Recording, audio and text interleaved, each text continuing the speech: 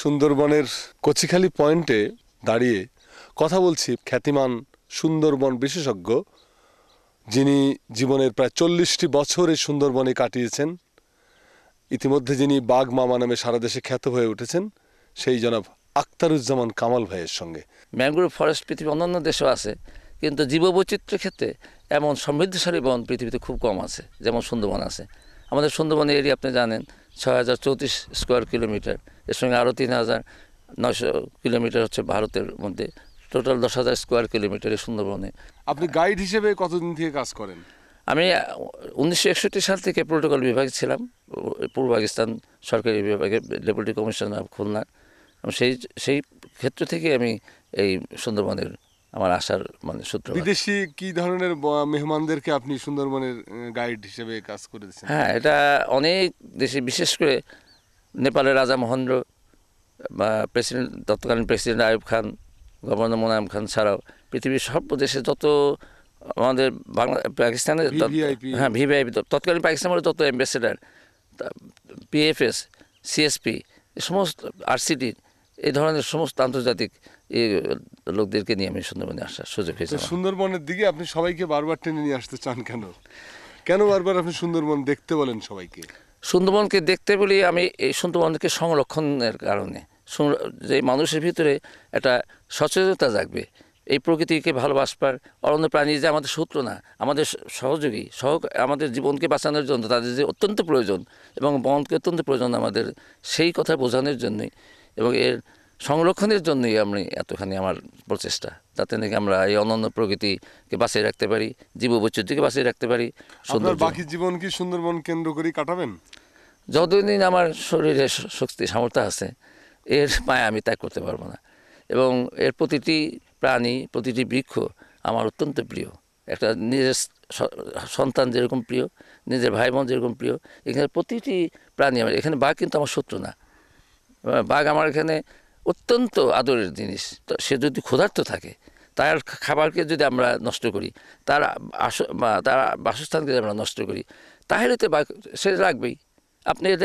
আপনি বাইরে থেকে আসছেন, দি home of the royal Bengal tiger, আপনার কোনো অধিকার নেই এখানে। এই বনের অধিকার বাঘের, এই বনের অধিকার হরিণের, বনের অধিকার শুয়োরের, বনের অধিকার এখানকার প্রাণীর।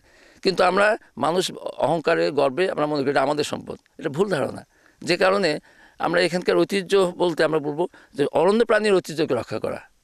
আচ্ছা, এই যে সুন্দরবন বন বিভাগ যেভাবে সুন্দরবন দেখভাল করছে, আপনি কি এটাকে পর্যাপ্ত এবং যথার্থ মনে করেন?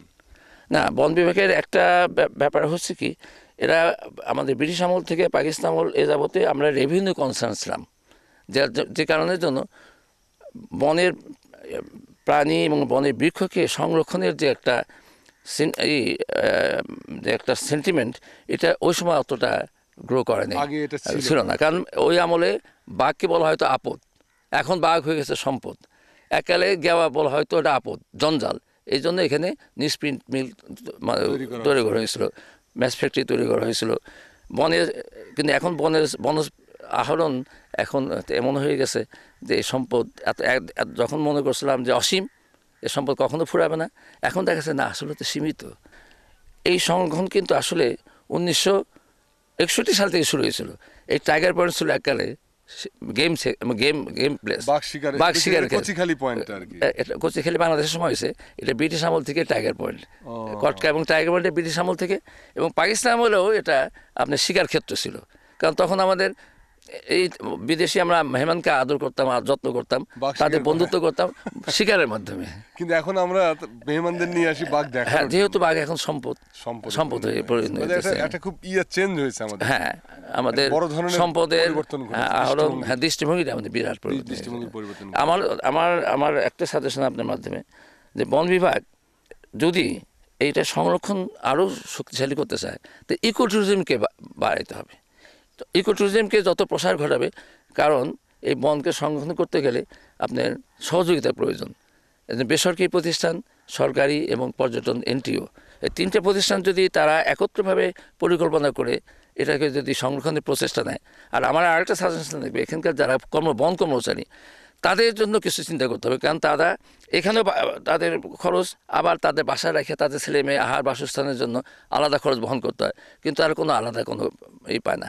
কাজেই তাদেরকে যদি আমরা সেই সাপোর্টটা দিতে পারি, ফাইন্যান্সিয়াল সাপোর্ট, তাহলে আমরা কি করব, আমরা এখানে বন সংরক্ষণে তারা সহযোগী হয়ে উঠবে। সহযোগী করবে। কারণ লোকগুলো তো লোকালয় থেকে কত দূরে, অনেক 100 দূরে, কিলোমিটার, 150 কিলোমিটার এবং তাদের বউ বাচ্চা তাদেরকে রেখে আসতে হয় কোথায় থাকে, শহর, এবং শহরে তার আলাদা একটা এক্সপেন্ডিচার বহন করতে হয়।